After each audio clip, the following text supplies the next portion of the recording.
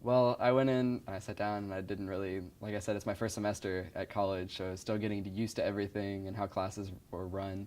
And my professor comes in and she mentions to the whole class that a foundation has donated $100,000 for us to decide where it goes. And I think everyone's jaw kind of dropped in awe, and we were just had this sense of responsibility after that. I think it was incredibly motivating to them that there was real money behind this, and they grew attached to their charities that they were representing, and they wanted them to win the money. And so I think they put in a lot of time and effort, more so than for a typical assignment, because it really mattered. I didn't have a specific charity in mind at the beginning, but I went to the first discussion section and we kind of wrote down our preferences for what kind of charities we wanted. They broke us into groups of about 4 or 5, and each group was assigned a topic that they chose, which ranged from education to child development to the environment. Our group, that was the child development group, kind of talked about each charity, and our class had voted just to give feedback to everyone on each person's individual presentation for each charity. I chose Austin's Children's Shelter because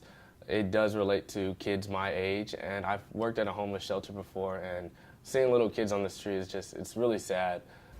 There's a respite care program, which is like a temporary care or daycare for children whose parents have to go to court or jail or have to attend to an emergency. Austin Children's Shelter is unique because it occupies a niche in the community. It really doesn't have to compete with other shelters in the area because it has its own specialized techniques and things that it does. We actually went to visit the charity because a part of the assignment was to include an interview.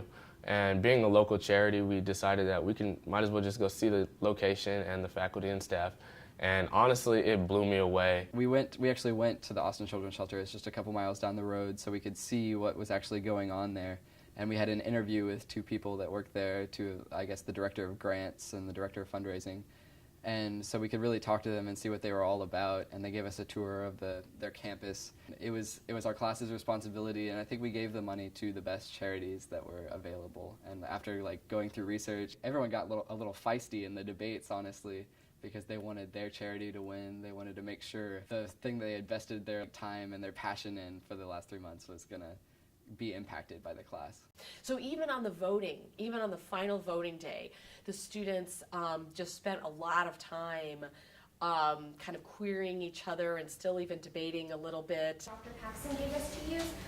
Kiva was featured in an article titled "Celebrated Charities We Don't Recommend." And this was because one of Kiva's biggest microfinance partners was found to be doing some shady things to profit more. And it wasn't until the New York Times made a big deal about this that Kiva addressed the issue at all. And Kiva has a lot of microfinance partners, so how can we be sure this won't happen again? Our charity, Austin Children's Shelter, won $20,000, and another charity, Against Malaria Foundation, they also won $10,000, and they send nets overseas to provide malaria protection. And another charity called Glimmer of Hope won $30,000. They're a charity that goes in and they build a well, and then they try to build a community around that well.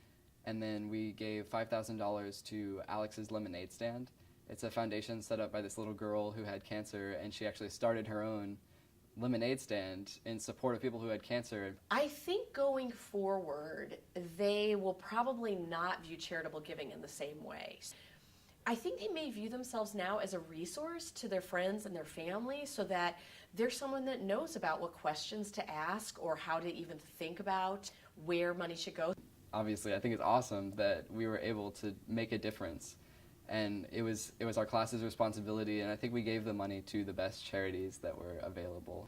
We put our all into the whole charity. We really did put a lot into the charity.